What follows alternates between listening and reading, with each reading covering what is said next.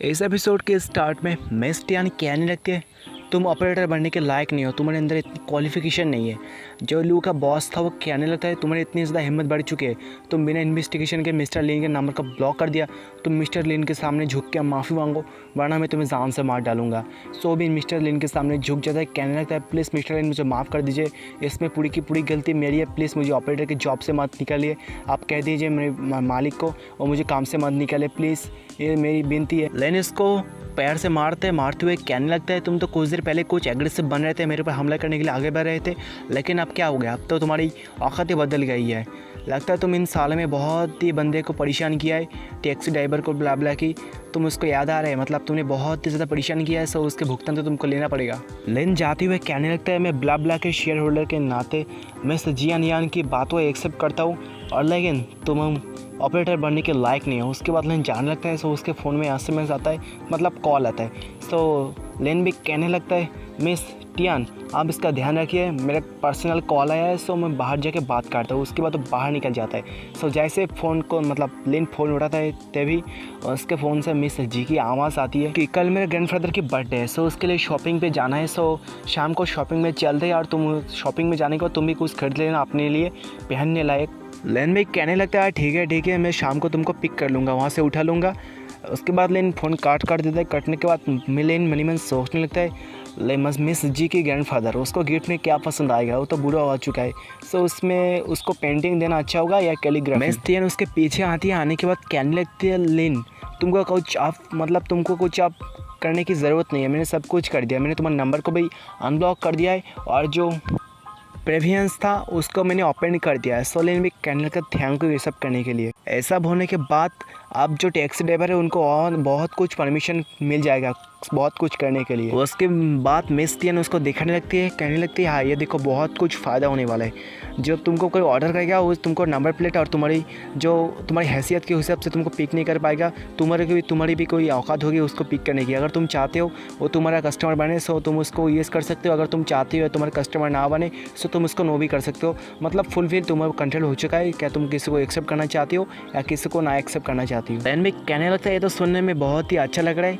अच्छा वो ये स्पॉइल हो। उसके बाद लेन मिस टियान को कहने लगता है कि मेरे कुछ दिन बाद ग्रैंडफादर की बर्थडे है, सो उसके लिए मुझे आपसे कुछ चाहिए, क्या आप मुझे लेके दे सकते हो, मुझे कुछ अच्छी खासी पेंटिंग या कैलीग्राफी चाहिए, क्या आपको कुछ सजेशन में कुछ है। उसके बाद तो सुनने के बाद मिस टियान कहने लगती है अगर तुम चाहते हो पेंटिंग वगैरह सो तुम जाओ डैंग टियान पेंटिंग खरीदना चाहोगे। उसके बाद सुनने के बाद लेनी कहने लगते हैं क्या जाओ डैंग टियान पेंटिंग ये क्या है, मतलब उसको पता नहीं पेंटिंग के बारे में इतना कुछ। मिस टियान कहने लगती है अगर तुमको जाओ डैंग टियान पेंटिंग चाहिए सो मैं अपने असिस्टेंट को भेज दूंगा उसको लाने के लिए।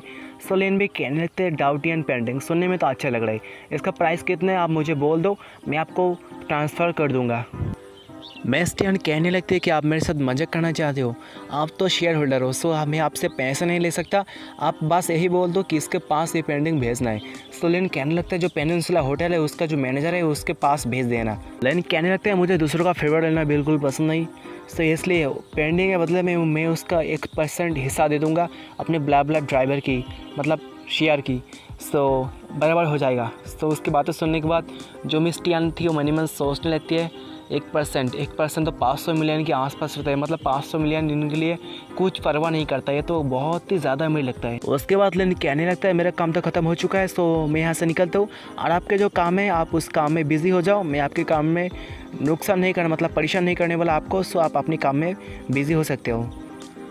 मिस टियान कहने लगती है हमारा जो प्रेसिडेंट है वो आपके साथ बात करना चाहता है यांगचिंग में, सो आप जाना चाहोगे। सो उसकी बातें सुनने के बाद लेन कहने लगता है मुझे यांगचिंग जाने का प्लान है लेकिन कुछ दिन बाद, सो जब मेरा मन करेगा सो मैं आपको इन्फॉर्म कर दूंगा, सो एक साथ चलेंगे। लेन कहने लगता है जो मेरे बचपन का घर था ऑर्फन वहाँ पे जाने का मैं बहुत ही ज़्यादा उत्सुक हूँ, सो इसके लिए मुझे टाइम निकालना पड़ेगा उसमें जाने के लिए। यांगचिंग में एक ऑर्फन है, सो लेन बचपन में वहाँ पे था, सो इसीलिए लेन ऐसे बातें कर रहा था कि उसका घर है बचपन का। उसके बाद लेन कार लेकर निकल पड़ता है। सो उसी वक्त उसके फ़ोन में एसएमएस आ जाता है कि मिस्टर ने आपको 5 स्टार रिव्यू दे दिया है।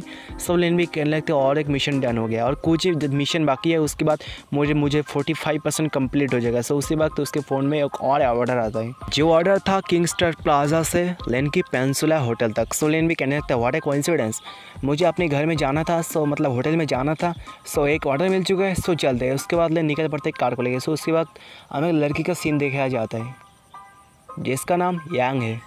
वो कहने लगती है अपने बॉयफ्रेंड को तुम अपने होटल में वेट करो, मैं बहुत ही जल्द जाने वाली हूँ। जाने के बाद मैं बहुत ही ज़्यादा अंडरवेयर को खरीदा है आज, सो सब कुछ ट्राई करूँगी तुम्हारे सामने अगर तुम्हारा परफॉर्मेंस अच्छा हुआ तो।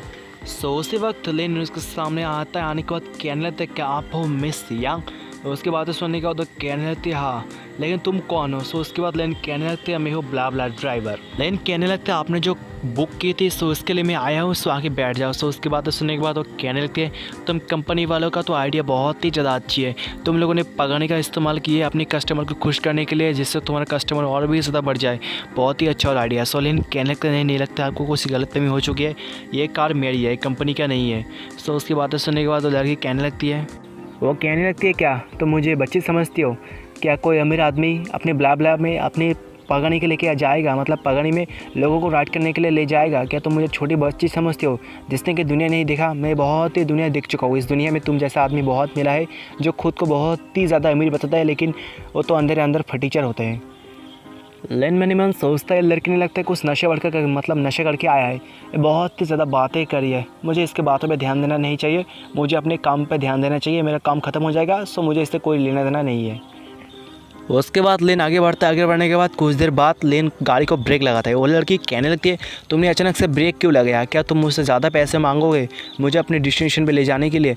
सो लेन कहने लगता है ऐसा कोई बात नहीं है, मैं इस होटल में अक्सर आता हूँ, सो यहाँ से मैं शॉर्टकट लेता हूँ, इसलिए मैं यहाँ पर ब्रेक किया। समझ में आ गया तुमको बातें? उसके बाद सुनने के बाद मिस यांग बहुत ही ज़्यादा गुस्से में आ जाते हैं। कहने लगते हैं मुझे कोई शॉर्टकट वार्टकट नहीं चाहिए, मुझे अपनी जल्दी हनी के पास जाना है, सो जल्दी चलो, मुझे बहुत जल्दी है। यांग मनी मन सोचने लगते हैं होटल में जाने के बाद मैं घपा करूँगी, बहुत ही बिस्तर तोड़ दूँगी होटल की, ये बंदा बहुत ही लेट कर रहा है। लेकिन मनी मन सोचने लगता है जल्दी करना है। उसके बाद पेंसुला होटल का साइड डोर का सीन दिखाया जाता है जहाँ पे लड़की कहती है यहीं पे रुक दो, मुझे यहीं पे उतरना है। सो उसके बाद वो कार से उतर जाती है। लेकिन मनी मन सोचने लगता है लड़की फ्रंट डोर से मतलब सामने के दरवाजे को छोड़ के पीछे से दरवाजे से क्यों जाना चाहती है, कोई फ़र्क नहीं पड़ता, इसकी बात है ये जाने, मैं इसके बात पे टांगने वाले मैं कौन होता हूँ। उसके जाने के बाद लेन के फ़ोन में एसएमएस आता जाता है कि आपको मिस यांग ने 1 स्टार रिव्यू दे दिया है। सो लेन भी कहने लगता है 1 स्टार रिव्यू, लड़की तो बहुत ही ज़्यादा नकचरी है, इसने मुझे 1 स्टार रिव्यू दे दिया, 5 स्टार रिव्यू देती तो इसका क्या जाती। उसके बाद लेन कार को निकल पड़ता है। उसके बाद लेन कहने लगता है इस बात को छोड़ दो, मुझे अपनी बेबी मिस जी के पास जाना है। उसके बाद लेन जाके मिस जी को पिक करता है। पिक करने के बाद एक पार्किंग एरिया में आता है। आने के बाद उस गाड़ी को पार्क करता है। पार्क करने के बाद हमें उस शॉपिंग मॉल का सीन दिखाया जाता है जहाँ पे लेन और मिस जी का सीन दिखाया जाता है, जहाँ पे लेन कहने लगता है तो मुझे 5 स्टार रेटिंग ज़रूर देना। सो उसकी बातें सुनने के बाद मिस जी कहने लगती है अगर तुम्हारा काम अच्छा हुआ है सो मैं तुमको 5 स्टार का, अगर उससे भी कुछ होता ऊपर सो मैं वो तुमको दे दूँ। लेकिन कहने लगता है क्या तुम मुझे यहाँ पे फ़ोन करने के लिए बुलाया है, क्या मैं तुम्हारी बैग को उठाऊँगा। सो उसके बाद उसका ध्यान जाता है मिस जी का कि सामने एक स्विम सूट की स्टोर है। सो उसके बाद कहने लगता है लेन देखो सामने एक स्विम सूट की स्टोर है, जाके चेक करते हैं कैसे स्विम सूट आया है। सो लेन भी कहने लगता है तुम अपनी बात को भूली नहीं था, तुमने कहा था तुम स्विम सूट पहनने के बाद स्विमिंग करोगी, तुमको याद है ना तुम्हारी बातें। महेश जी कहने लगता है लेकिन तब तो मेरे मुंह से गलती से निकल चुका था क्योंकि मुझे पता नहीं था कि क्यूशो पेविलियन ये तुम्हारा है। अगर मैं पता होता मुझे कि वो पेविलियन तुम्हारा है सो मैं सामने से ऐसा बात कभी करता नहीं कि मैं स्विमिंग पूल में स्विम सूट पहन के जाऊँगी। सोलिन भी कहने लगता नहीं ऐसा कुछ नहीं चलने वाला, तुमने प्रॉमिस किया तो प्रॉमिस होता है, सो तुमको प्रॉमिस निभाना पड़ेगा, सो चलो। सो उसके बाद लेन उसका अंदर ले जाता है।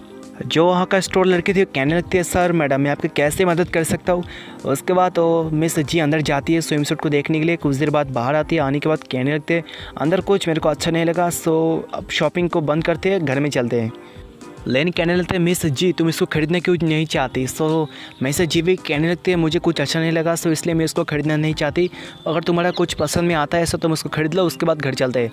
सो लेन भी कहने लगता नहीं अगर तुम इसको खरीदोगे नहीं सो मैं भी कुछ भी नहीं खरीदने वाला, हम ऐसे ही चलेंगे, तुम और भी ज़्यादा स्टाइलिश के कपड़े उनको जगह चूज़ कर लो, वही खरीद के घर चले जाएंगे, जल्दी से चूज़ कर लो। मैं सर जी लेन के कानों में आके बताती है, लेकिन मेरे साइज़ के कोई यहाँ पे स्टाइलिश कोई चीज़ नहीं है, सो जो इसलिए हम इसको खरीद नहीं सकते। मतलब तुम समझो यहाँ पे कुछ मेरे लायक नहीं है, मेरे सूटेबल लायक कुछ भी नहीं है, सो इसलिए मैं यहाँ से जाना चाहती हूँ। सो चलो यहाँ से चलते हैं, जल्दी से तुम कुछ खरीद लो। वो लड़की भी बात सुन लेती हो, भाई कैनल के लेडी आपको क्या चाहिए, आपको कुछ चाहिए तो पास वाले मतलब स्टोर में चाहिए, आपको आपके साइज़ के एक बहुत कुछ मिल जाएगी, ABCD आपको कुछ भी हो आपको मिल जाएगी। सोलेन भी कहने लगता है, मिस जी को लगता है तो तुम्हारा ABCD में कुछ भी नहीं आने वाला, तुमको तो ई लेना पड़ेगा, मतलब चंगू मंगू की साइज़ की ABCD नहीं ई लेना पड़ेगा, मतलब ब्रा। सो मिस जी भी कहने लगते हैं, अगर तुम इससे कुछ और भी बोला सो मैं तुमको जान से मार डालूंगी, मतलब ऐसे ही कह रही थी।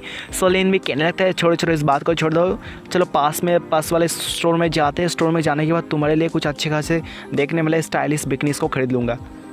लेन जैसे इस मतलब स्टोर में एंट्री मारता है, उसके सामने बहुत सारे स्विम सूट आते हैं। तो लेन भी कहने लगता है, बिन मौसम बारिश, मतलब ऐसे बहुत कुछ मुझे देखने के लिए मिल चुका है। उसके बाद वो एक स्विम सूट के पास आता है। सो मिस जी भी कहने लगते हैं, ये बहुत ही ज़्यादा एक्सपोसिव है, इसमें छुपते कम दिखता ज़्यादा है, सो इसको नहीं लेंगे, सो साइड में चलो और भी कुछ देखते हैं। उसके बाद मिस जी शॉपकीपर को बुलाती है, कहने लगती है, शॉपकीपर यहाँ पे स्विम सूट का है। सो शॉपकीपर भी सामने आती है, आने के बाद कहने लगती है, देखिए लेडी, ये बहुत बेहतरीन लेटेस्ट मॉडल का स्विम सूट आया है, बिकनीस आई है, कि आपको कौन सा वाला अच्छा लगता है आप चूज़ कीजिए, सब कुछ मतलब यहाँ पे तो सब आपके लिए बहुत ही अच्छा होगा। मिस जी कुछ मतलब स्विम सूट को देखने के बाद वो बहुत ज़्यादा शर्मा गई थी, क्योंकि उसके अंदर छुपता कम दिखता ज़्यादा है। उसके बाद वो को चूज़ कर लेती है, जो कि था ठीक ठाक ही। उसके बाद वो लिन के पास आता है, आने के बाद कहने लगता है, लिन देखो तो बहुत ही ज़्यादा अच्छा है, इसमें मतलब दिखता भी कम है, छुपता भी ज़्यादा है, सो इसको लेते हैं, बहुत ही ज़्यादा क्यूट है। लेन सामने से कहने लगता है, अगर तुमने इसको खरीद लिया तो मैं तुमको देख नहीं पाऊँगी, तुम्हारी बॉडी को देख नहीं पाऊँगी, सो इसको तुम छोड़ दो और भी कुछ लेते हैं। सो उसके बाद सुनने के बाद वो भी सोचती है, क्या देखना चाहते हो, क्या देखना चाहते हो, तुमने तो सब कुछ मेरा देख ही लिया है। उसके बाद लिन एक को चूज़ करता है स्विम सूट। उसके बाद लिन कहने लगता है, देखो ये तो तुम्हारे ऊपर बहुत ही अच्छा लगेगा, क्या इसको खरीद लूँ। सो मिस जी भी उसको मारने लगती है, अबे साले तो ठड़की के ठड़की है। उसके बाद वो चूज़ करती है, चूज़ करने के बाद शॉपकीपर को दे देती है, कहने लगती है, जी मतलब ई कप वाला, इसको आप पैक कर दो। सोलिन भी उसके पास आता है, सोलिन के हाथों में और एक स्विम सूट था, लेन भी कहने लगता है, इसको भी शामिल कर दो, मतलब 2 ले लो। सो मिस जी भी कहने लगते, क्या तुमने और एक को चूज़ कर लिया, तुम तो बहुत ही ज़्यादा शरारती करती हो, मतलब तुम तो बहुत ही ज़्यादा हबस भरी हो, तुम्हारे दिमाग में सिर्फ हबस ही भरी है। सो उसके बाद लेन उसके कान के पास जाता है, जाने के बाद कहने लगते हैं, हवस, ये तो मर्द का नशा होता है, अगर मर्द लोगों के पास हवस नहीं होगा तो कैसे बच्चा पैदा होगा।